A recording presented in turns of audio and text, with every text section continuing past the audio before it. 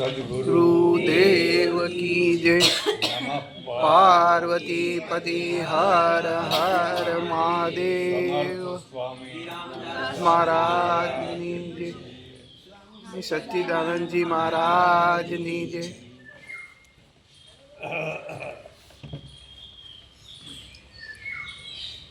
જેને વિદ્યા ધ્યાન કરવું હોય અથવા જેને પુરસ્કરણ કરવું હોય તેણે લાંબા સમય સુધી એક જગ્યાએ સ્થિર રહેવું જોઈએ. પણ જેને ભજન કરવું હોય અને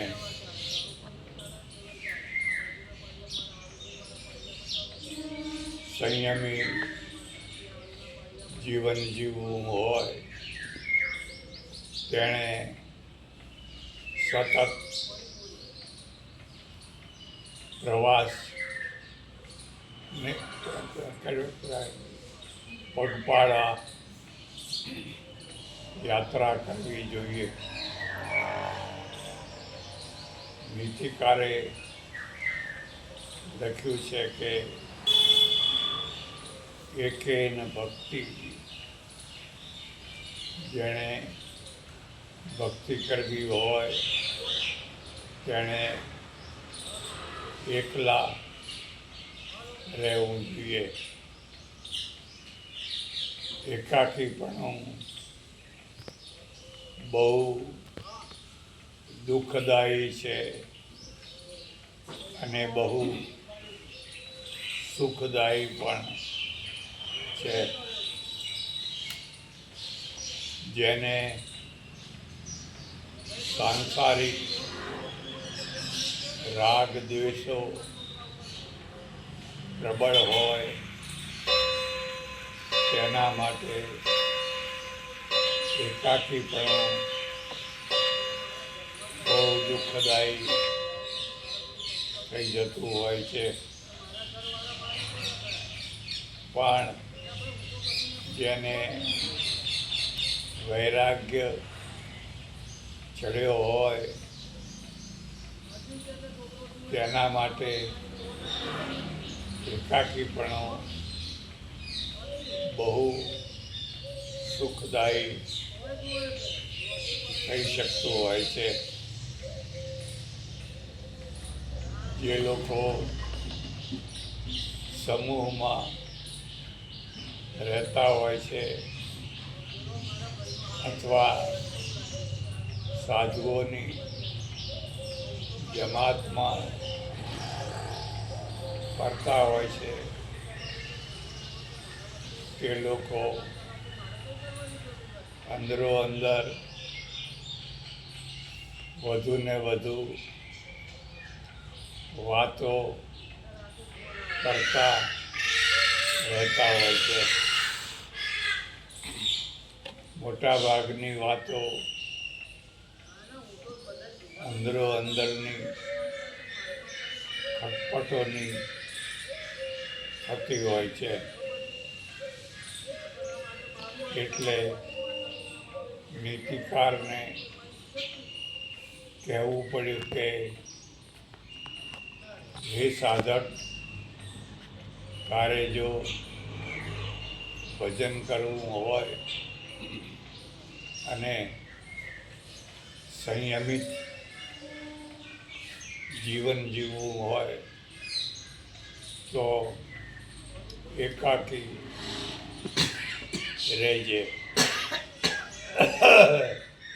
એકાકી જીવન બે રીતે જીવી શકાય. એક તો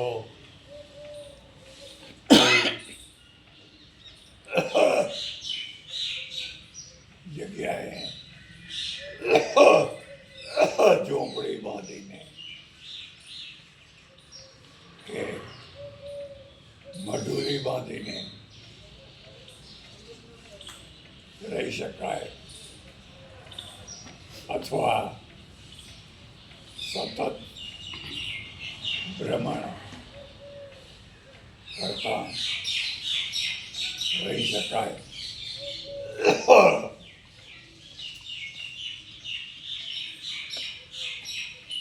પણ જો તમારે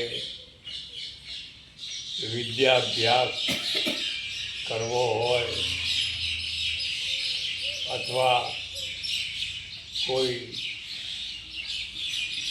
મહાન લક્ષ્ય કે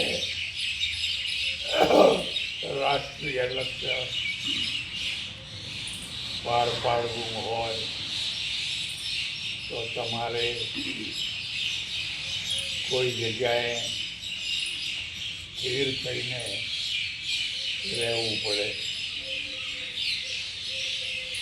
સ્થિર થયેલો માણસ લાંબા ગાળે પોતાના વ્યક્તિત્વનો પ્રભાવ ઊભો કરી શકતો હોય છે. જે આવ્યા ને ગયા તેમનો પ્રભાવ હોય તો પણ તે સ્થિર થઈ શકતો નથી.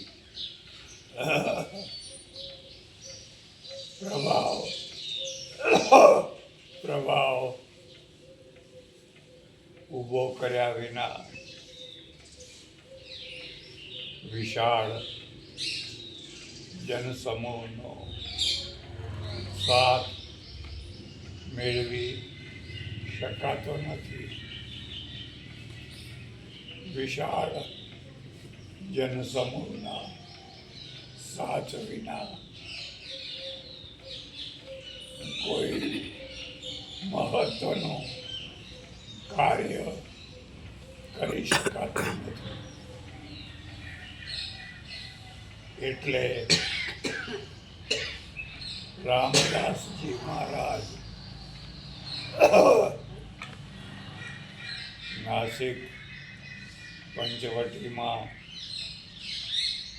ભગવાન રામના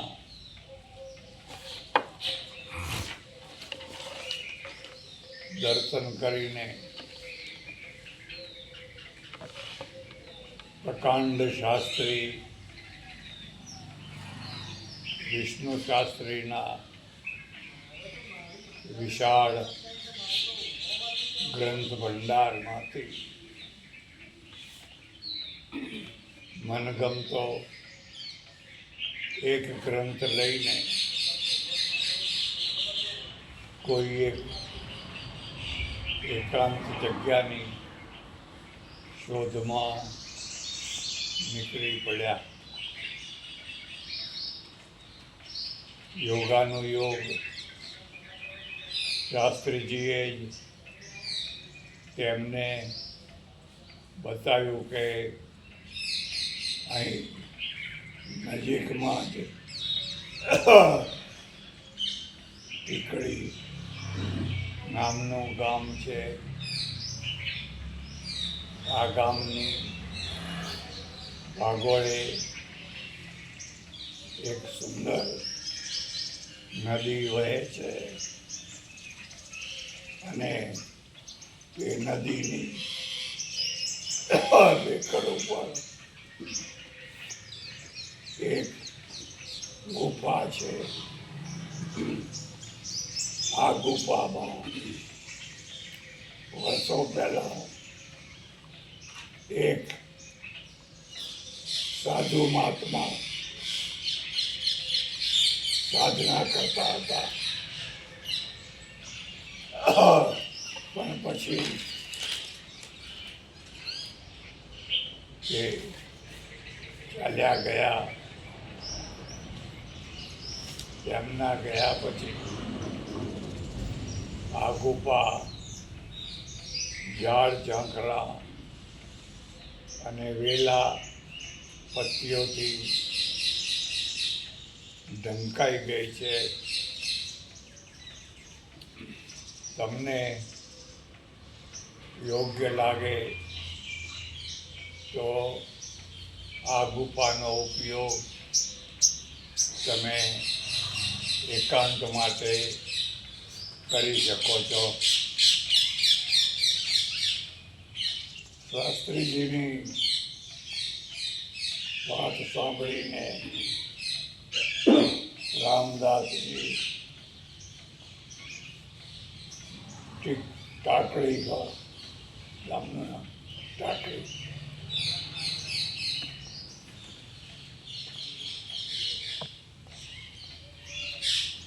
ટાકળી જવા નીકળી પડ્યા.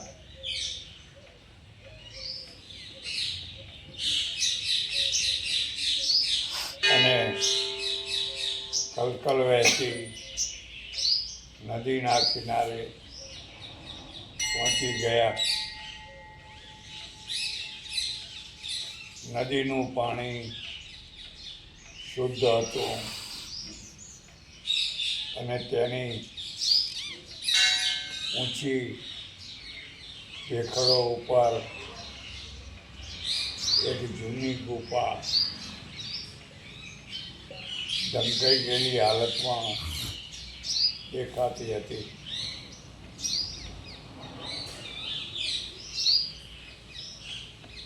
રામદાસજીને લાગ્યું કે અહીં આજુબાજુ કોઈ માણસ નથી, એટલે વેદાંત ધ્યાન કરવા માટે આ જગ્યા અનુકૂળ રહેશે. પણ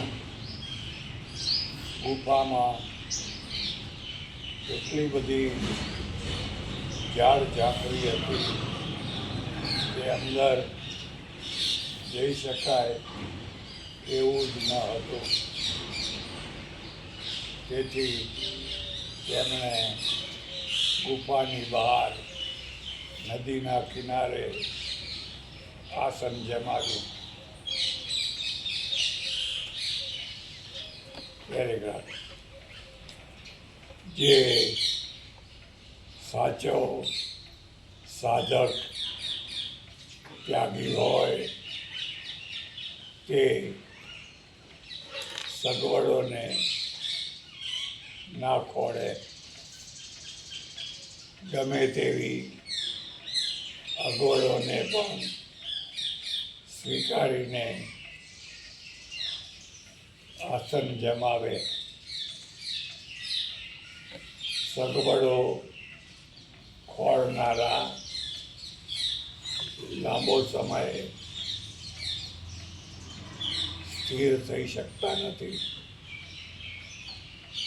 અને સ્થિર થયા વિના વિદ્યાભ્યાસ કે પુરુષાર્થની સાધના કરી શકાતી નથી.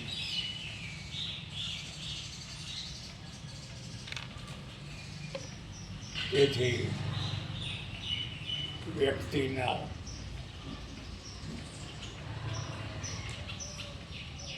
વિચારોથી અને આચારોથી જ ખબર પડી જાય કે આ કઈ કક્ષાનો માણસ છે. પેરેગ્રાફ. નદીની ચોખ્ખી રેતમાં રાત વિતાવીને સવારે રામદાસજી નજીકના ટાકળી ગામના સરપંચ એટલે કે પાટીલ પાસે ગયા. રામદાસે જોયું કે 4-5 વૃદ્ધ માણસો ચોરામાં બેઠા છે અને એક હુક્કાને વારા ફરતી ગડગડાવી રહ્યા છે. પ્રાચીન કાળમાં ગામડાઓમાં મોટાભાગના ખેડૂતો હોકો રાખતા અને આ હોકાની ને વારા ફરતી આજુબાજુ બેઠેલા લોકો પીતા અને ધુમાડો કાઢતા. આ રીતે ગામ નેતાઓનું મિલન થતું અને ચર્ચા પણ થતી.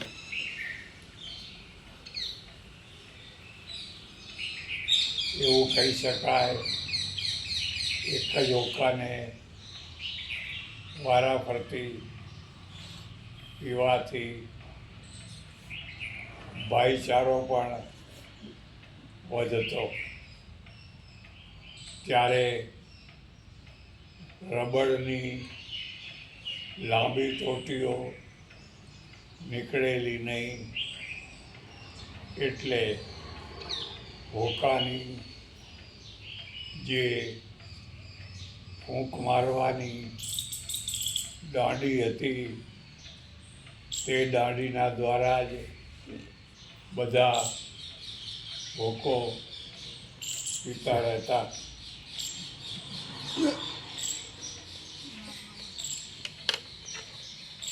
ત્યારે રામદાસજીએ પાટીલને તથા વૃદ્ધોને પ્રણામ કર્યા. સભ્યતાનો પહેલો પરિચય આવનાર માણસની ના વ્યવહારથી થતો હોય છે. આવનાર માણસ કંઈ પણ શિષ્ટાચાર બતાવ્યા વિના સીધો સટ મન ફાવે તે આસને બેસી જાય તો સમજવું કે તેને સભ્યતાનું ભાન નથી. આપણે ત્યાં પ્રાચીન કાળમાં ગામના વૃદ્ધો જ્યાં બેઠા હોય ત્યાં કોઈ નવો માણસ આવે અથવા કોઈ મહેમાન આવે તો સૌથી પહેલાં રામ રામ કરે અને તે પણ એક હાથ પોતાના માથે મૂકે અને બીજો હાથ સામેના વડીલના ખભા ઉપર મૂકે. એ રીતે વારા ફરતી બધાને રામ રામ કરે. જો વધારે ઓળખાણ હોય અને પ્રેમ હોય તો ઊભા થઈ અને બંને એકબીજાને ભેટી પડે આવી વ્યવસ્થા હતી. અને તે સારી વ્યવસ્થા કહેવાય. રામનાથજીએ સૌને પ્રણામ કર્યા અને પછી પ્રસ્તાવ મૂક્યો કે હું સાધક છું અને મારે એકાંતમાં સાધના કરવાની ઈચ્છા છે. તેથી નદી કિનારે પેલી જે અવાવરું ગુફા છે તેમાં જો રહેવાની તમે મને પરવાનગી આપો તો તમારો ખૂબ આભાર માનીશ. પેરેગ્રાફ. રામદાસજીની મીઠી વાણી અને પ્રભાવશાળી વ્યક્તિત્વ જોઈને પાટીલ ખૂબ પ્રસન્ન થઈ ગયા. એક મુદ્દો યાદ રહે કે જે પહેલી ઇમ્પ્રેશનને શું કહે છે? છાપ છાપ પ્રભાવ વ્યક્તિત્વ. પહેલી છાપ હમ. વ્યક્તિની પડતી હોય છે કે બહુ મહત્ત્વનો ભાગ ભજવતી હોય છે. પાટીલે કહ્યું કે તમે ખુશીથી પેલી ગુફાનો ઉપયોગ કરી શકો છો, પણ તેમાં ભૂત રહે છે.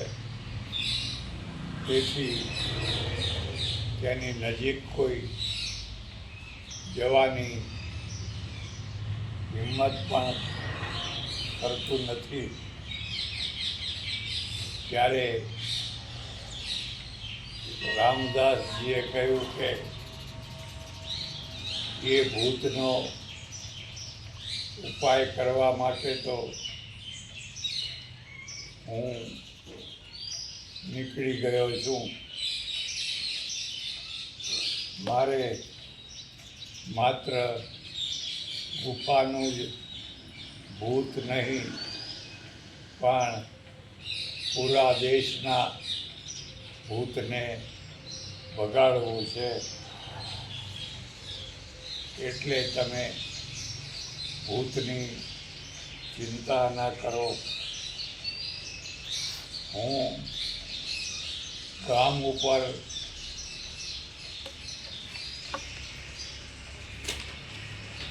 બોજારૂપ બનીશ નહીં. મારી ભોજનની વ્યવસ્થા નજીકની પંચવટીમાં થઈ જશે. એટલે ગામે મારો કોઈ ભાર ઉપાડવાનો રહેશે નહીં. ક્યારેક જે સાધુ સંતો ભાર વિનાના હોય છે, ભાર એટલે વધુ પડતી સગવડો અને વધુ પડતી આવશ્યકતાઓ. આ લાવો, આ લાવો, આ લાવો એવું સતત માગ્યા કરે એવા સાધુ સંતો લાંબો સમય લોકોને ગમે નહીં, પણ જે કશુંય ના માગે એટલું જ નહીં પણ અગવડોને પણ હસતા હસતા સ્વીકારી લે તેવા સાધુ સંતો ભક્તો કે સાધકો લોકોને બહુ ગમતા હોય છે. પાટીલને આ નવજુવાન સાધુ ગમી ગયા એટલે તેમણે કહ્યું કે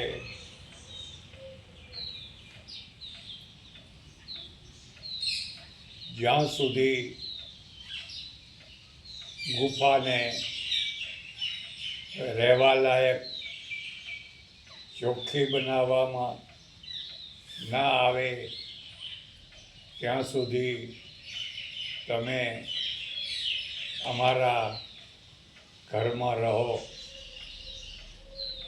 ત્યારે રામદાસજીએ કહ્યું કે મેં જોગ લીધો છે એટલે હવે મારાથી કોઈ ગૃહસ્થના ઘરમાં રહેવાય નહીં, એટલે હું ગામમાં કોઈના ઘરે રહીશ નહીં, પણ નદી કિનારે રેતીમાં આરામથી રહીશ.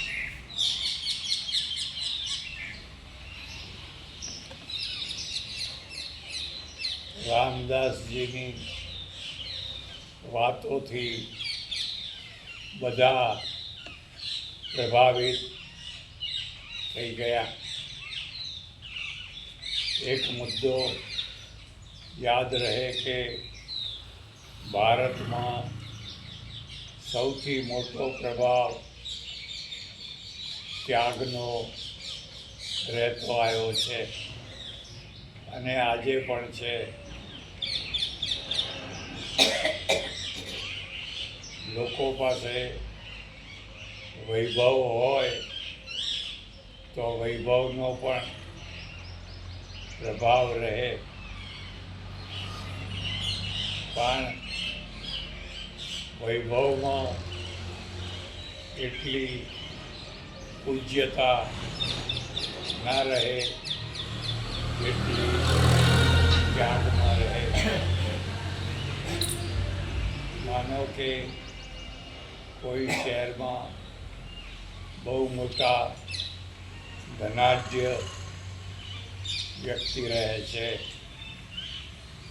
લોકો તેમને માન પાન પ્રતિષ્ઠા આપે,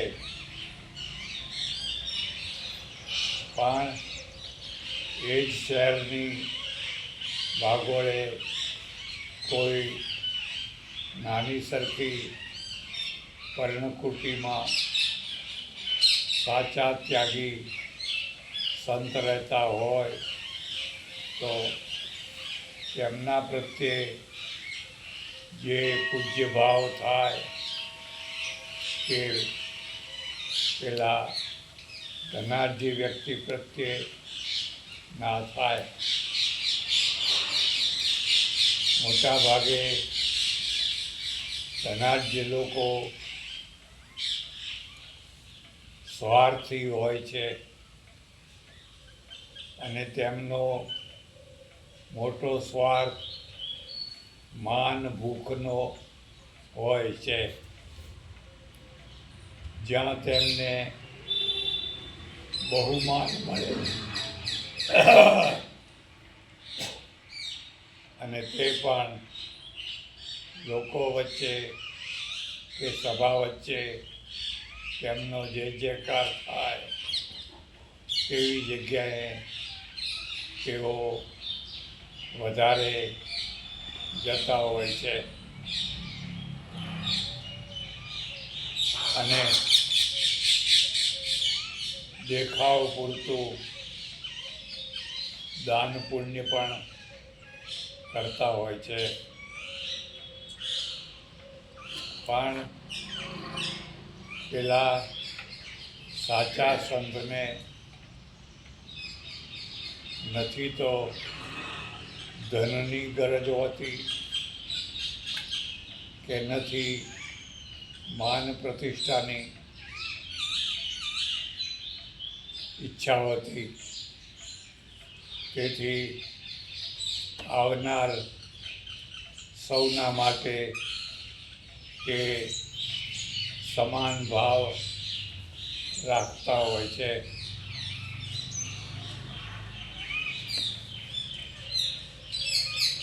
રામદાસજી આ જ પ્રકારના ત્યાગી યોગી હતા. એટલે ગામના બજાબા પાટીલે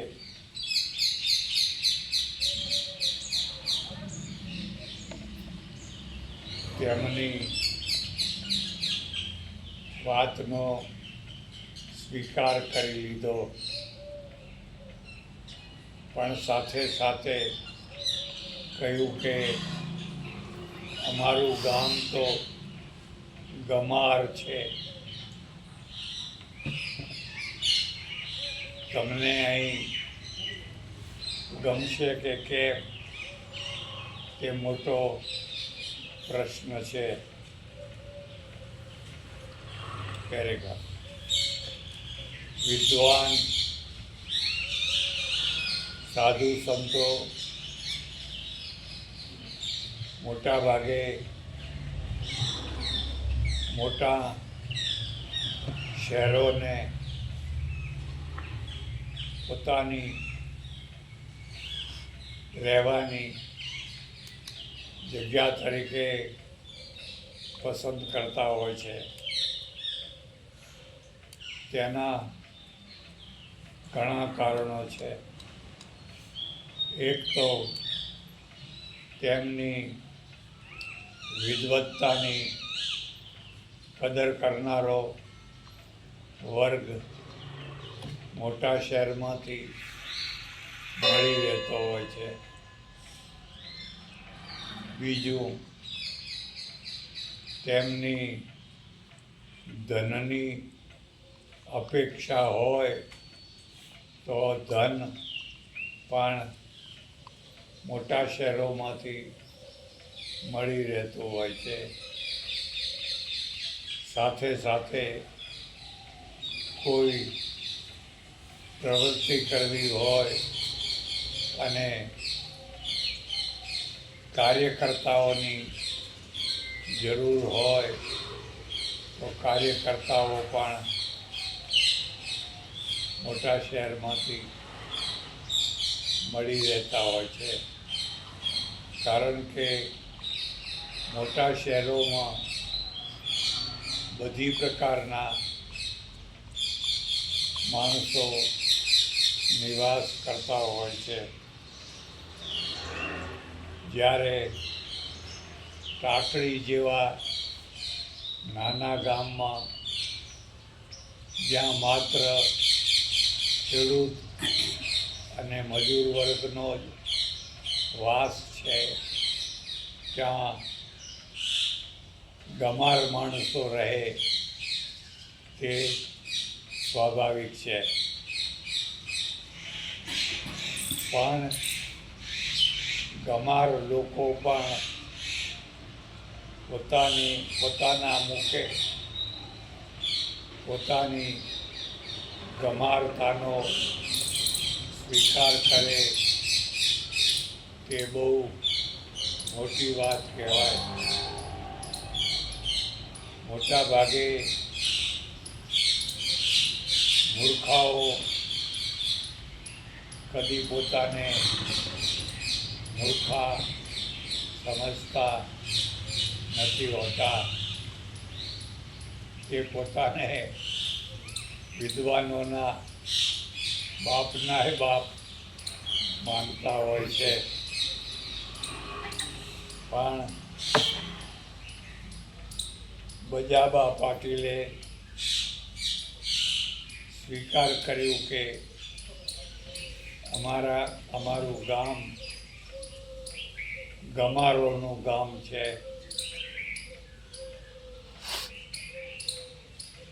પેરેગ્રાફ. ગમાર એટલે જ્યાં સંસ્કાર, સભ્યતા અને શિક્ષણ ના હોય તેવા ગામને કે તેવા માણસોને ગમાર કહેવાય. ગમારતા એટલી બધી ખરાબ નથી, તેને સુધારી શકાય છે, પણ ગામ માટે કે વ્યક્તિઓ માટે એક બીજો શબ્દ પણ વપરાય છે કે બહુ ભયંકર કહી શકાય. તેને કુગ્રામ કહેવાય છે.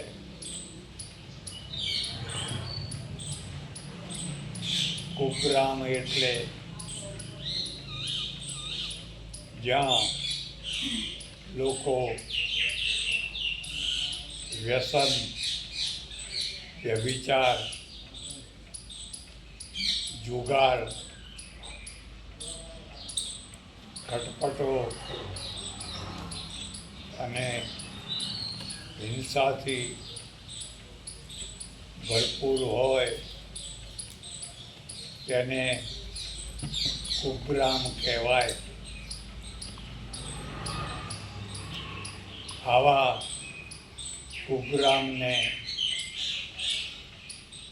સાક્ષાત ભગવાન ઉપરથી નીચે આવે તો પણ સુધારી શકે નહીં. એટલે કુગ્રામમાં અને ગમાર ગામમાં ફરક સમજવો જોઈએ. પેરેગ્રાફ.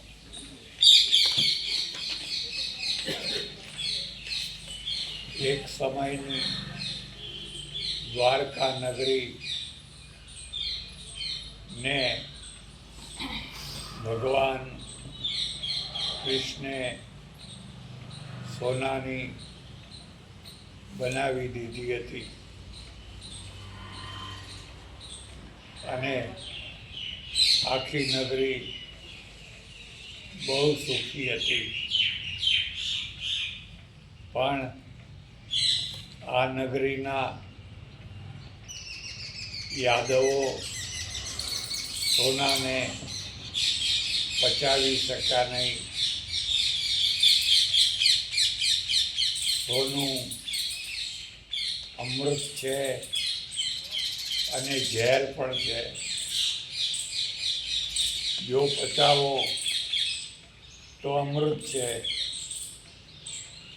અને ના પચાવો તો ઝેર છે. આપણે ત્યાં જુદા જુદા ખનિજોમાંથી ભસ્મો બનાવવામાં આવે છે. ભસ્મ બનાવવાની પદ્ધતિ આખા વિશ્વમાં માત્ર ને માત્ર આયુર્વેદ પાસે જ છે.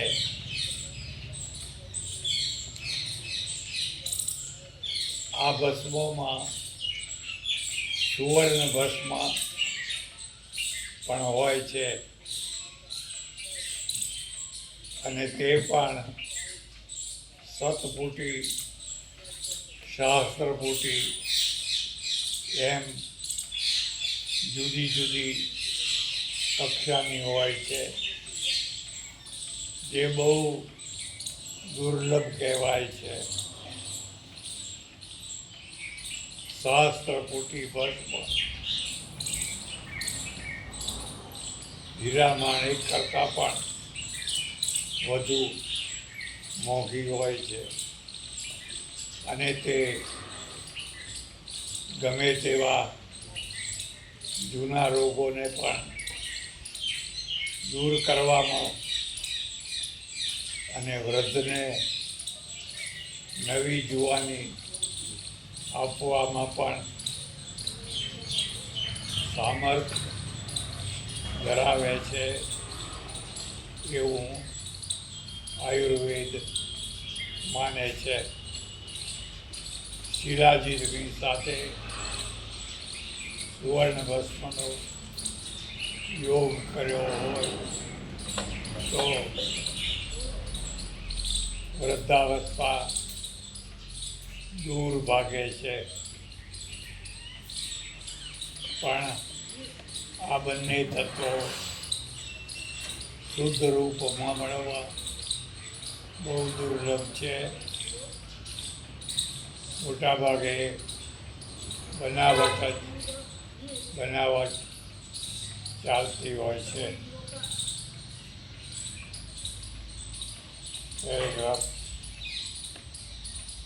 તેથી કુગ્રામ ભયંકરમાં ભયંકર દુઃખદાયી બની શકતું હોય છે. નીતિકારે કહ્યું છે કે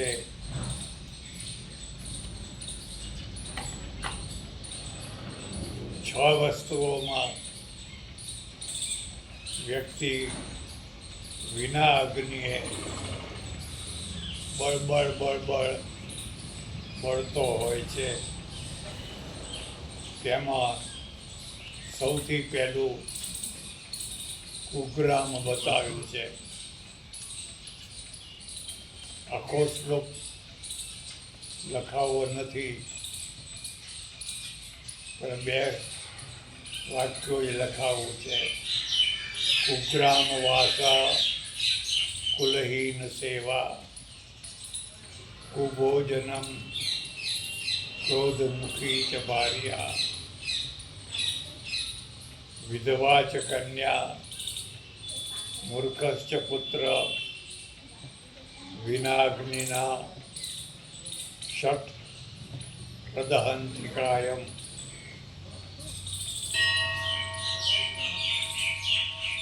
ઉપર આખો શ્લોક લખાવો નથી, એ કાઢી નાખ. આખો શ્લોક આવી ગયો. આ શ્લોક આ પ્રમાણે છે. અર્થાત જે ગામ વ્યસનોથી ભરપૂર હોય, જુગાર અને વ્યભિચારથી ભરપૂર હોય, ખટપટો અને હિંસાથી ભરપૂર હોય એવા કુગ્રામમાં જો કોઈ સજ્જન સાધુ સંત પુરુષ રહે તો અગ્નિ વિના તેનું શરીર બળબળ કરતું રહે છે. બહુ સદભાગ્ય હોય ત્યારે વ્યક્તિને રહેવા માટે સુગ્રામ મળે.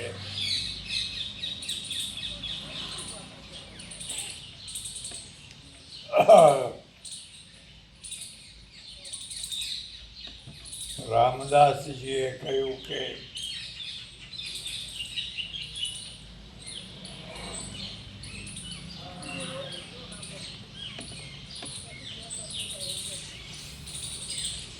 નહીં તે કાઢી નાખે. પાટીલે કહ્યું કે અત્યારે હાલ એ ગુફા રહેવા લાયક નથી, એટલે હું સુથાર, લુહાર અને મજૂરોને સાથે લઈને ત્યાં પહોંચું છું અને તેમના દ્વારા ગુફાના ઝાડ ઝાંખર વગેરે સાફ કરાવીને તેને રહેવા લાયક બનાવું છું.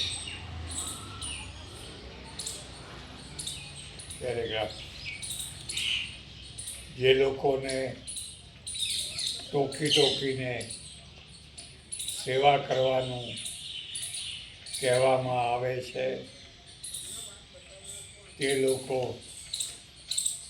તત્પરતાથી સેવા કરતા હોતા નથી, પણ કદાચ કરે તો તે ઢીલી ઢાલી કરતા હોય છે. પણ જે લોકો વગર કહે ઉમળકાભેર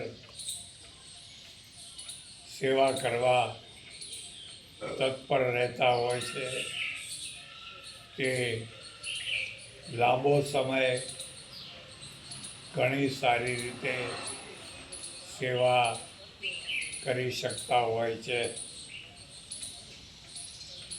રામદાસજીએ પાટીલને કહ્યું નહીં કે પેલી ગુફા મને સાફ કરાવી આપો અને ત્યાં મારે માટે એક પલંગ, ગાદલું વગેરે પણ મૂકી આપો, એવું કશું કહ્યું નહીં. પણ પાટીલ પોતે જ રામદાસજીના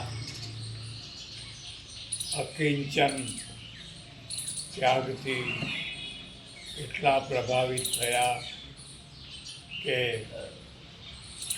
વગર કહે લુહાર, સુથાર, કારીગરો, મજૂરો લઈ જઈને ગુફાને એકદમ ચોખ્ખી ચણાટ કરી આપી. એટલું જ નહીં, કુંભારના ઘરેથી પાણી ભરવાનું સારું માટલું અને રાત્રે દીવો કરવા માટે કોળિયું, દિવેટ વગેરે પણ લાવીને મૂકી દીધું. આ રીતે જોતામાં જરૂર પૂરતી સગવડ થઈ ગઈ. હવે સામેની નંદિની નામની નદીમાં રામદાસજી સ્નાન કરે. પરોઢિયે વહેલા ઉઠી જાય અને છાતી સુધીના જળમાં બપોરના 11 વાગ્યા સુધી ઊભા રહીને પુરસ્ચરણ કરે અને પછી બહાર નીકળીને પંચવટી જઈને 5 ઘરની ભિક્ષા લાવીને આહાર કરે. એ રીતે તેમની દિનચર્યા ચાલવા લાગી. પણ પૂર્વ કહ્યું તેમ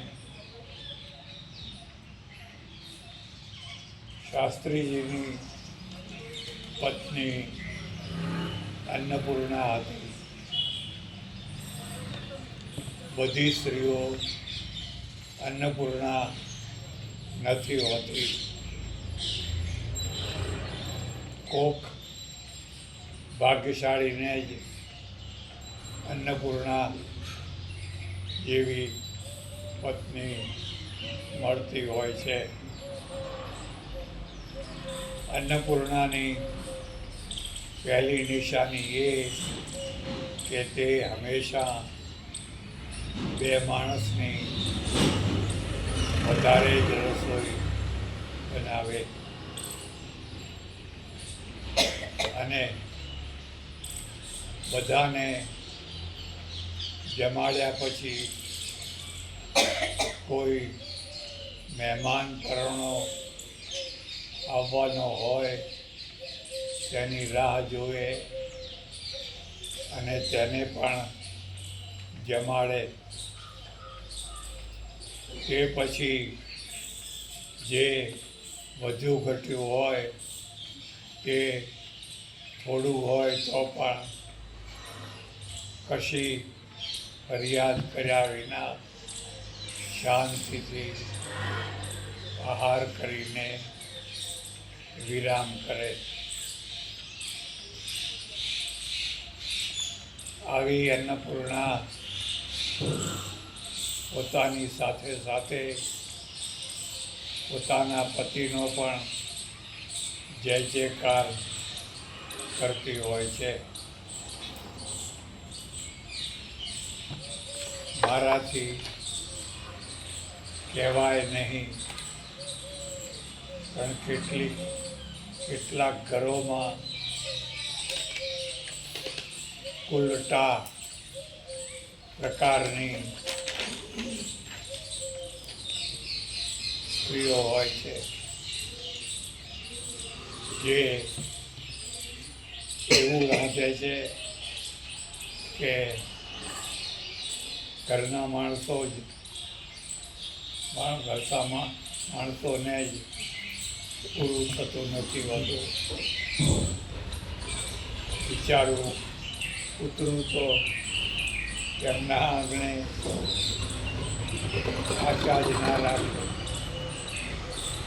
એટલું જ નહીં પણ ઘરના માણસો જેમે તેના પહેલાં જ પોતે ચપાટો મારી જમી લેતી હોય છે. આવી સ્ત્રીઓ ના ત્યાં મહેમાનો જાય નહીં અને કદાચ જાય તો ભૂખ્યા પેટે પાછા ફરે. પેરેગ્રાફ. શાસ્ત્રીજીની પત્ની અન્નપૂર્ણા હતી. તેથી તેણે રામદાસજીને કહેલું કે તમારે 5 ઘરની ભિક્ષા લેવી પણ 5મું ઘર હંમેશા મારું જ રાખવું. અન્નપૂર્ણાને ખબર હતી કે આજુબાજુ એવા કેટલાય ઘર છે જે કોઈને ભિક્ષા આપતા નથી. આવા ઘરોમાં રામદાસજી ભિક્ષા માગવા જાય અને કશું ના મળે તો તેમને ઉપવાસ થાય. આવો ઉપવાસ ના થાય એટલા માટે તેમણે કહેલું કે હંમેશા 5મું ઘર મારું જ રાખવું. રામદાસજી ને જ્યારે 4 ઘરમાંથી જાકારો મળતો અને ત્યારે 5મા ઘર તરીકે શાસ્ત્રીજીના ત્યાં અન્નપૂર્ણા તેમને પેટ ભરીને જમાડતી અથવા પેટ ભરાય તેટલી ભિક્ષા આપતી. આ રીતે રામદાસજીની સાધના કાળમાં શાસ્ત્રીજી અને તેમના પત્ની પણ અમર થઈ ગયા કહેવાય.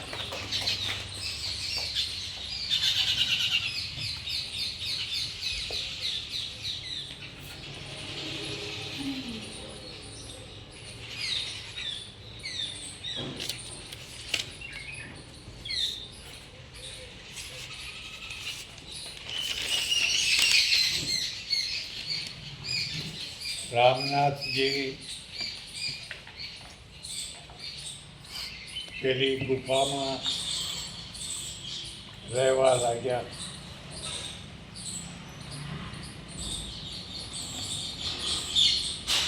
તેમને કૃષિશાસ્ત્રનું પણ જ્ઞાન હતું. આમ તો શાસ્ત્રીજીના ત્યાંથી બધા શાસ્ત્રોનું અધ્યયન તેમણે કર્યું હતું. પણ આ ગામ કૃષિ પ્રધાન હોવાથી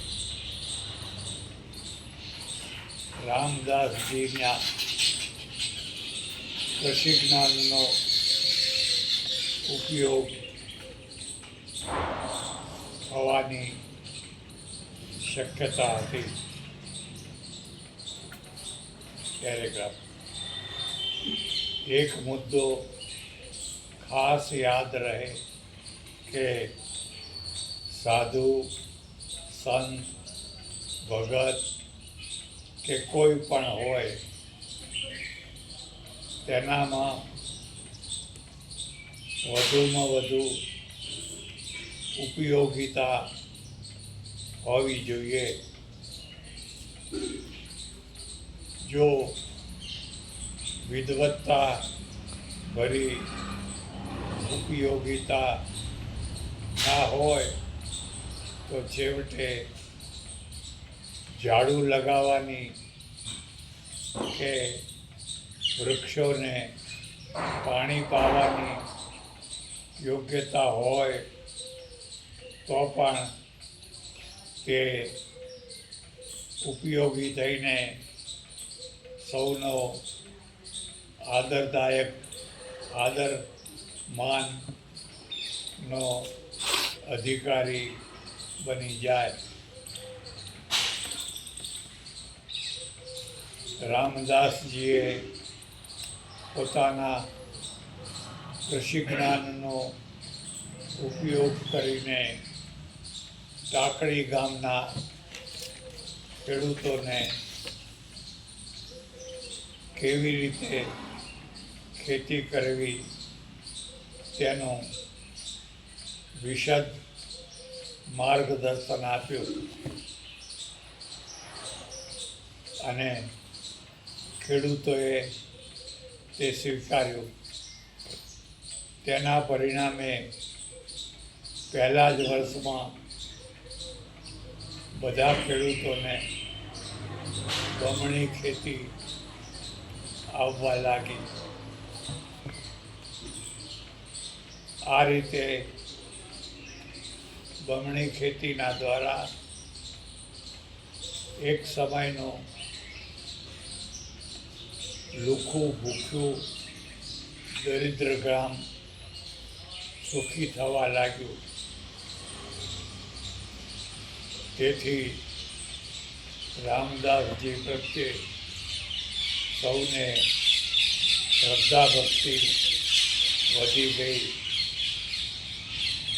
જે બીજાને સુખી કરે એ પોતે પણ સુખી થાય એવો સામાન્ય નિયમ છે. જે બીજાને દુઃખી કરે અંતે એ પણ દુઃખી થઈને મરતો હોય છે તેવો બીજો નિયમ પણ છે. આ રીતે ઉપયોગી બનીને રામદાસજી ટાકરી ગામની ગુફામાં રહેવા લાગ્યા અને નંદિની નદીમાં પુરસ્ચરણ કરવા લાગ્યા. ગુરુદેવ કી જય, કૃષ્ણ કનૈયાલાલ કી જય, મુક્તેશ્વર મહાદેવ કી જય. ઓમ નમઃ પાર્વતી પતિ હર હર મહાદેવ. રામનારાયણ કી જય, સ્વામી મહારાજની જય.